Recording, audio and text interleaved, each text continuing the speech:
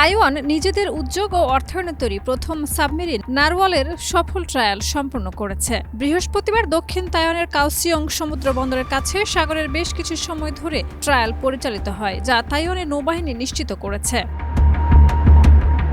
নারওয়াল তাইওয়ানের তৃতীয় সাবমেরিন। আগের দুটি সাবমেরিন তারা ১৯৮০-র দশকে নেদারল্যান্ডস থেকে কিনেছিল এবং সেগুলো এখনও নৌবাহিনীর কাজে ব্যবহৃত হচ্ছে।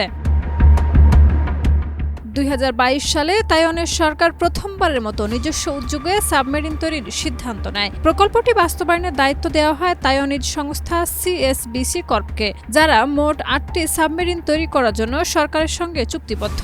চুক্তি অনুযায়ী নারওয়াল ছিল প্রথম সাবমেরিন।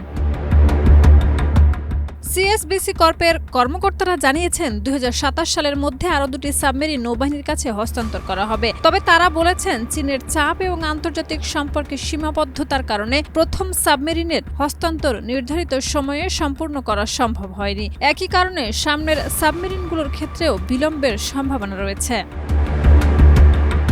নারওয়াল নির্মাণে ব্যবহৃত প্রযুক্তি মার্কিন যুক্তরাষ্ট্র ও ব্রিটেনের অভিজ্ঞতা ও প্রযুক্তির উপর ভিত্তি করে তৈরি করা হয়েছে, যা তাইওয়ানের জন্য কৌশলগত গুরুত্বপূর্ণ অগ্রগতি।